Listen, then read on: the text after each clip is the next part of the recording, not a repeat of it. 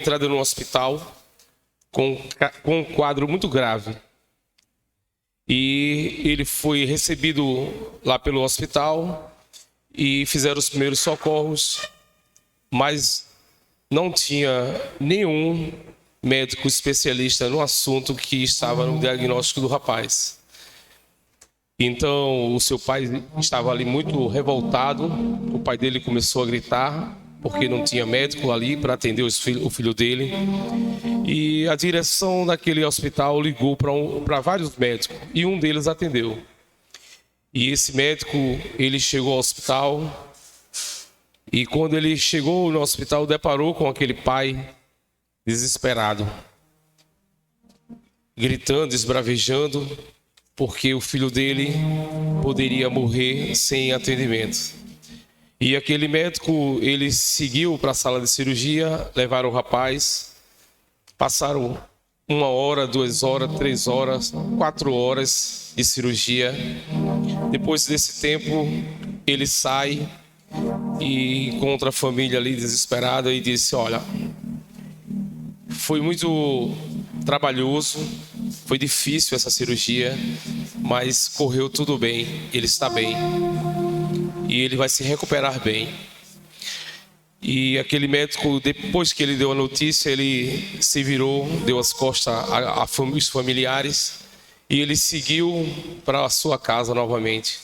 E o pai ainda não estava satisfeito, mesmo recebendo o diagnóstico do filho que está bem, que a notícia foi boa, que o rapaz vai se recuperar. Ele ainda começou a esbravejar, mas ele seguiu. Mas quando o médico chegou ali na recepção, a recepcionista parou e falou para ele: doutor, o que é que o senhor está fazendo aqui hoje? O senhor era para estar no velório do seu filho. Não era para você estar aqui operando.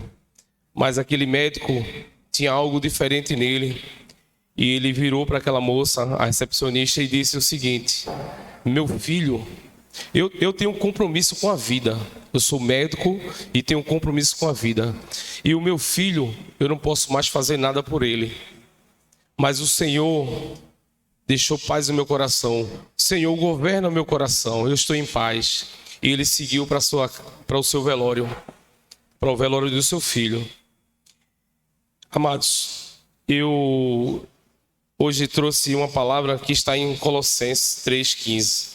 Mas antes de falar sobre esse versículo, no capítulo do Colossenses, eu quero falar sobre a origem desse livro. Na verdade, é uma carta que o apóstolo Paulo, ele, quando estava preso, certo?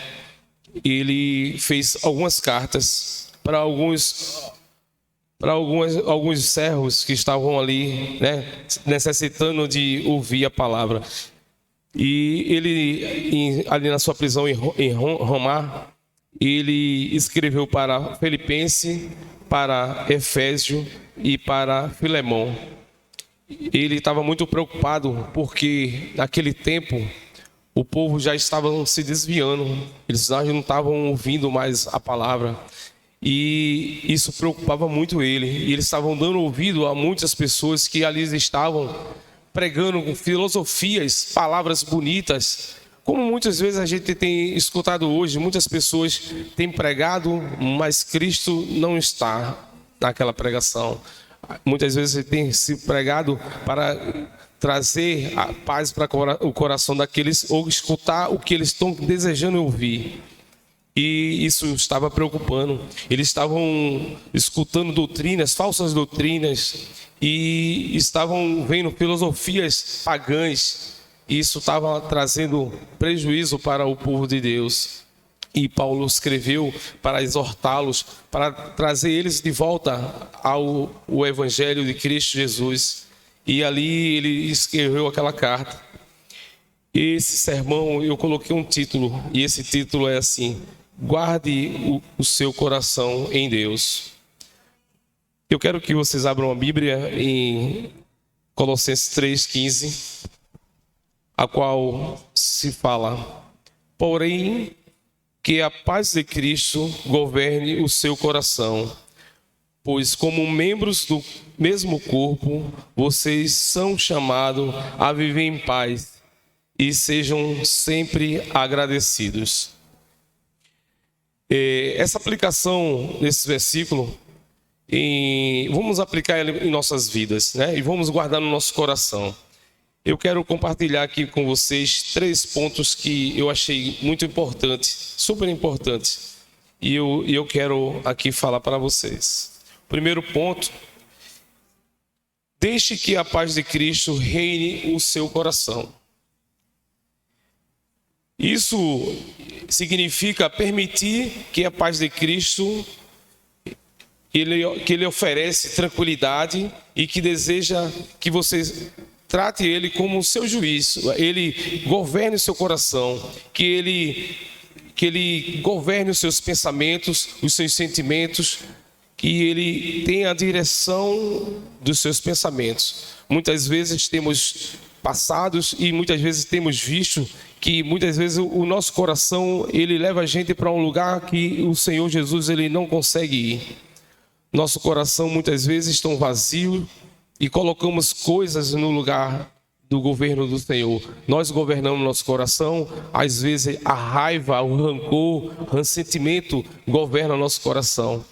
Mas aqui nessa carta de Paulo, nesse versículo, ele fala para que a gente permita que Deus governe o nosso coração. Porque quando a gente governa o nosso coração, quando a gente deixa que outras coisas governem o nosso coração, não Deus, então vai dar tudo errado. Certo? E vamos ver aqui em Filipenses 4:7. Então vocês experimentarão a paz de Deus, que excede todo entendimento, e guardará o seu coração e sua mente em Cristo Jesus. É o que eu tenho falado, o que eu acabei de falar. Muitas vezes nós temos colocado nós mesmos para administrar o nosso coração, e muitas vezes não dá certo, nunca dá certo, nunca vai dar certo, porque nosso coração é enganoso. Mas o Senhor, Ele quer ter o governo do seu coração. Ele quer que você entregue o seu coração e a sua mente para que Ele governe, porque Ele tem o melhor para cada um de vocês. E não implique, na verdade, quando a gente tem a paz de Deus no hebraico, ele fala que é o Shalom Adonai. Quer dizer, a paz de Deus, a paz que não é a paz que o mundo tem. A paz que o mundo tem é a paz que não tem conflitos, não tem guerra, existe paz. Mas o Shalom Adonai, ele quer dizer a paz de Deus. É mesmo nos conflitos, nas dificuldades, ele consegue nos dar paz, dar tranquilidade. Quando esse médico chegou no hospital, ele não tinha obrigação alguma de ir ali, mas ele sabia que o filho dele estava nos braços do Senhor, já tinha guardado ele. Então, para que ele está num velório onde o filho dele já não está mais? Aquele corpo já não é mais o filho dele só está a matéria, o espírito subiu. Então ele entendeu que mesmo o filho dele estando morto ali, ele foi lá e operou e fez o melhor, porque o coração dele estava tranquilo, porque a vida de cada um de nós a gente tem que entregar ao Senhor e que Ele administre, e sabendo que tudo que nós temos, Deus nos entregou para que a gente cuide, e é dele. Ele tira e dá a quem Ele quiser. Ele dá a quem Ele quiser. Se você está dizendo que o seu filho é seu, você está pensando errado. O seu filho é de Deus, a sua vida é de Deus, nada que você tenha é seu. Isso é, a não ser que você tenha o controle da sua vida, porque se você tiver o controle da sua vida, você vai perder. Você vai perder um dia, porque o Senhor, quando governa, mesmo num dia de velório, você vai ter paz. Mesmo num dia de turbulência, você ter paz. Essa semana aqui, a minha esposa falou aqui sobre um acontecido. Nós estávamos passando por um problema de um refrigerador. A gente tinha uma geladeira e essa geladeira estava dando trabalho a gente. Não estava gelando, estragando todo o que colocava lá, se estragava. E a gente já tinha gasto R$1.000 nela no conserto e ela continua a ter defeito. Então o que nós fizemos? eu disse, olha, eu não tenho condições de comprar, mas vamos se juntar. Nós se unimos e compramos essa geladeira. A gente disse, graças a Deus, nós vamos agora ter, né, uma geladeira, vou ter aguinha geladinha, vai ser uma maravilha. O aparelho chegou em casa, ligamos, o que aconteceu? A geladeira não funcionou direito, não fez gelo, não fez água, a água não estava muito quente, a gente estava botando o produto e ficando ruim. Então, o que acontece? O Shalom, muitas vezes a gente vai deixar ele ir embora, porque um problema desse, mas só que nós confiamos em Deus, ligamos e foi resolvido, né, Mônica? Hoje recebemos nossa geladeirinha, está lá gelando, fazendo picolé, fazendo tudo lá, uma maravilha. Mas muitas vezes essas coisas roubam a nossa paz. Mas quando depositamos ao Senhor a nossa vida, Ele resolve tudo. Muitas vezes a gente quer fazer do nosso jeito, é só entregar na mão do Senhor que Ele vai resolver. Tudo está no seu controle. Eu quero também aqui destacar o segundo ponto, que está no versículo do capítulo 3, versículo 15, que fala assim: vivam em paz como membros de um só corpo. Fomos chamados para viver em unidade e viver em harmonia uns com os outros, como parte de um corpo, o qual Cristo é o cabeça. Isso envolve uma busca contínua, né? E que nós temos que, para viver em comunhão, o que nós precisamos é estar sempre um com o outro perdoando, porque eu sei que eu vou machucar qualquer um de vocês aqui um dia por algum motivo, ou às vezes até, muitas vezes a gente se magoa, quando a gente passa, não falou com o irmão se magoa, o pastor não falou comigo, está com raiva de mim, começa... Muitas vezes a gente se magoa por tão pouco, mas o Senhor disse que nós temos que perdoar um ao outro, que temos que viver em comunhão e união, em unidade, como Cristo é um com o Pai. Nós também somos membros de um mesmo corpo em Cristo, e Cristo é o cabeça. Que nós temos que lembrar que Ele é o cabeça, né, da igreja. E todos que são igrejas aqui, o Senhor comanda no nosso coração. Eu quero ler aqui Colossenses 3, o versículo 13 e o 14. O 13 e o 14. Colossenses 3, versículo o 13 e o 14.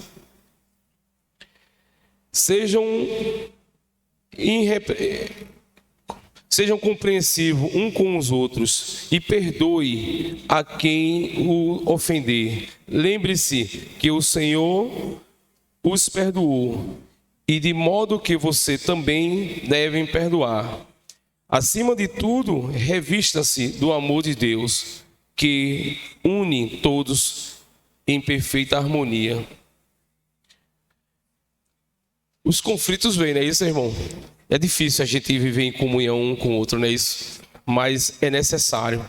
Muitas vezes nós ficamos com raiva do irmão, muitas vezes ficamos com um parente nosso com raiva dele, porque ele não fez, às vezes, algo que você pediu, ou ele fez até um mal mesmo. Nós guardamos aquele rancor, aquele ressentimento. E muitas vezes aqui dentro da igreja a gente tem um grupo e muitas vezes queremos que sejam compreendido com algumas coisas que nós pensamos, e queremos que aquela ideia ela chegue, né, que as pessoas concordem, e muitas vezes não recebe essa né, da pessoa aquela concordância, e muitas vezes ficamos chateados porque o irmão não concordou com você, com o seu pensamento. Muitas vezes aqui dentro da igreja nós precisamos aqui de muitas coisas aqui que acontecem às vezes em bazar. Muitas vezes temos aqui, né, o culto das crianças aqui no domingo, né, um café da manhã com Cristo, e muitas vezes não temos encontrado pessoas suficientes para estar aqui nos ajudando. Mas muitas vezes as pessoas guardam rancor porque o irmão não fez. Não devemos guardar rancor. Porque o Senhor, Ele sabe de todas as coisas, e Ele nos capacita, né? Ele cuida do nosso coração. E o governo tem que estar na mão do Senhor. Muitas vezes temos tomado atitudes que não agradam a Deus. E o nosso coração, ele se distancia do Senhor. Porque um coração onde há rancor, o Senhor não pode entrar. Ele não mora num coração que tem sujeira. Porque muitas vezes a gente acha que uma raivinha ou deixou de falar com alguém, essa coisa é boba. Mas o Senhor disse, aquele que não perdoar não será perdoado. Ele não vai perdoar você. Eu estava até conversando hoje com os colegas do trabalho e ele estava falando que estava desviado e falou que estava longe dos caminhos do Senhor, mas que Deus estava com ele, que ele começou a falar alguma coisa e ele falou sobre perdão. E eu tive que falar para ele bem sério, sabe? Porque eu disse para ele assim, ele começou a falar sobre o blasfêmia contra o Espírito Santo, era a única coisa que Deus não perdoava. Eu disse, irmão, você está enganado. Na Bíblia se fala três coisas que Deus não concorda, Ele não aceita e Ele não perdoa. Que é, o primeiro, blasfemar contra o Espírito Santo. Segundo, não perdoar o irmão. Não perdoar o irmão. Quando a gente não perdoa qualquer um, pode ser irmão, inimigo, quem for. Quando o nosso coração traz algo que não foi desfeito, como a raiva, o rancor, o ressentimento, o Senhor disse, aquele que não perdoar não será perdoado. Então, é um segundo pecado que Deus não permite, que Ele não vai perdoar. E o terceiro, Ele fala que aquele que apostata da fé. Mas eu não apostatei da fé. Eu disse, eu não estou falando sobre você, estou falando sobre quem é apostata da fé. Todo aquele que conhece a Deus, recebeu os dons de Deus, que ora, profetiza, esteve na presença do Senhor, curou e teve um contato com o Senhor e ele deixou de ser um crente e abandonou e foi embora e não quer mais nada a ver com Deus, esse não tem perdão. A Bíblia fala que quem é apostata da fé não tem perdão. Então, ele ficou tentando me fazer, perguntar mais coisas. Eu vi que ele estava um pouco alterado. Então, eu disse a ele, amado, se converta, volte para Jesus. Porque o Senhor fala que o que é apostado da fé, ele dificilmente voltará. Porque o coração dele vai estar cheio de tantas coisas, menos de Cristo. E isso eu tenho falado lá no trabalho com ele. E estou aqui falando para vocês que, se talvez você tenha alguma dúvida, que Deus ele não perdoa, leia a Bíblia. A Bíblia fala sobre isso, que não perdoar não será perdoado. Quem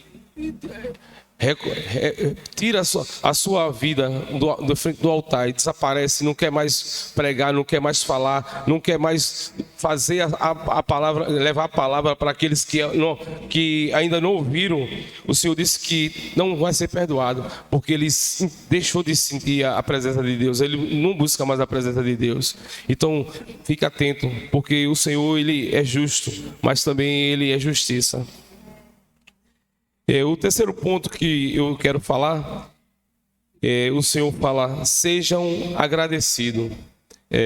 A gratidão é uma atitude fundamental para guardar o nosso coração a Deus. É importante reconhecer e agradecer pelas bênçãos. É muito bom você receber bênção e agradecer ao Senhor. Isso é importantíssimo. Pelas bênçãos grandes e pequenas, porque muitas vezes a gente tem uma bênção pequenininha. Eu estava até um dia desse, a gente estava procurando uma chave lá em casa e eu estava procurando e não achava e fiquei preocupado que eu queria aquela chave, que eu precisava dela. E eu cheguei, Senhor, me ajuda, eu quero encontrar essa chave, eu estou precisando dela. E depois, onde procurei tantas vezes, eu achei a chave. E eu agradeci ao Senhor, porque foi bênção do Senhor, porque eu estava precisando daquela chave. Eu precisava muito daquela chave. E o Senhor, ele ali me ouviu e me ajudou, eu achei aquela chave. Então, não é só grande coisa que nós temos que agradecer ao Senhor, não. São também as pequenas coisas que o Senhor nos dá e a gente, muitas vezes, não reconhece que foi Ele. Mas Ele está sobre tudo, irmão. O Senhor é maravilhoso. Que recebemos grandes e pequenas bênçãos. E que a bondade do Senhor é muito bom. E a gente temos que ser gratos todas as vezes que recebemos do Senhor, que recebemos do Senhor a sua, né, o nosso pedido seja realizado. É muito importante. É maravilhoso. O Senhor, Ele muitas vezes tem nos ajudado de forma tremenda. E muitas vezes nós não reconhecemos que o Senhor está ali sempre conosco, nos ajudando. Então, que nosso coração hoje, nós sejamos gratos ao Senhor todos os dias, ao acordar e ao deitar. Porque comeu e porque não comeu, porque tem e porque não tem, porque tudo vem dele, tudo ele está sob o seu controle. O Senhor não desampara ninguém, e que sejamos gratos ao Senhor. E chegou uma parte aqui que eu quero falar para cada um de vocês. Busquem ser ativo na obra do Senhor e em união constantemente na casa do Senhor. Promova paz e unidade um com os outros, porque Cristo, Ele é o cabeça e nós somos parte com Ele, do corpo de Cristo.